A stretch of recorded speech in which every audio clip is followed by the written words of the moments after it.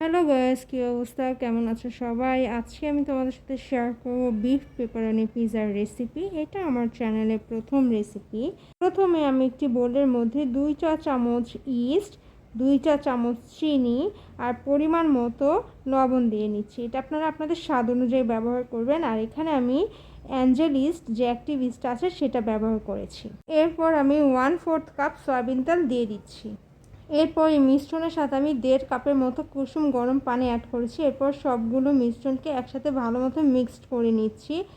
এরপর আমি 2 কাপ ময়দা ব্যবহার করেছি। এখানে 2 কাপ ময়দা দিয়ে আপনারা ইজিলি 10 ইঞ্চ সাইজের 3টা পিৎজা বানাতে পারবেন। এবার আমি স্প্যাচুলার সাহায্যে পানির মিশ্রণের সাথে ময়দাটা ভালো মতো মিক্সড করে নিচ্ছি।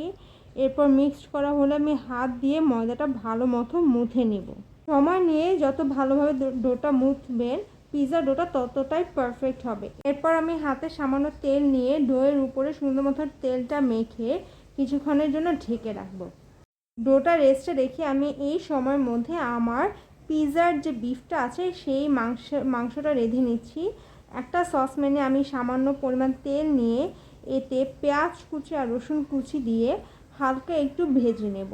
যখন এটা একটু নরম হয়ে যাবে তখন আমি এর মধ্যে গরুর মাংসের যে কিমাটা আছে সেটা দিয়ে দিচ্ছি। কিমাটা 2 মিনিটের মতো ভাজা ভাজা করে এর মধ্যে আমি 1 টেবিল চামচ সয়া সস আর 1 চা চামচ বারবিকিউ সস দিয়ে ভালো মতো মাংসটা কষিয়ে নেব। 3 মিনিটের মতো মাংসটা কষিয়ে এর মধ্যে আমি স্বাদ মতো লবণ দিয়ে ভালো মতো এটাকে ভাজা ভাজা করে নিব। আমার পিৎজার জন্য গরুর মাংস রান্না শেষ। এবার আমি পিৎজার সস বানিয়ে নিচ্ছি। এখানে আমি 2 টেবিল চামচ টমেটো সসের সাথে 1 চা চামচ চিনি, স্বাদ মতো লবণ আর 1 চা চামচ অরিগানো ভালো মতো মিক্স করে পিৎজা সসটা বানিয়ে নিয়েছি।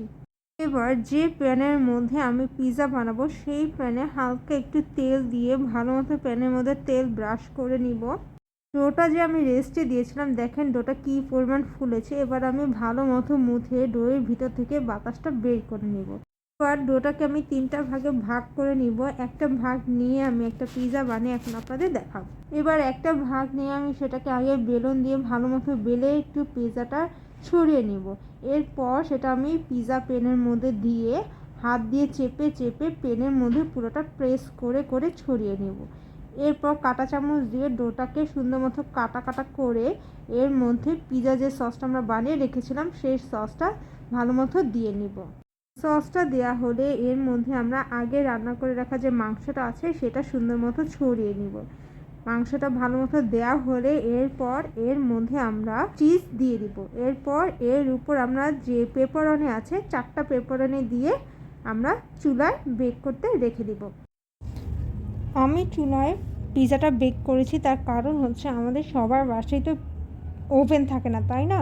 এর জন্য আমি আজকে চুলায় বেক করে দেখিয়েছি, যাতে সবাই ঘরে বসে ইজিলি আমরা পিৎজা বেক করে খেতে পারি। এখন থেকে আপনারাও বাসায় বসে ইজিলি বানিয়ে ফেলতে পারবেন এরকম একটি বিফ পেপারনি পিৎজা। তাহলে এখানেই ভিডিওটি শেষ করছি। দেখা হবে নেক্সট ভিডিওতে। আল্লাহ হাফেজ।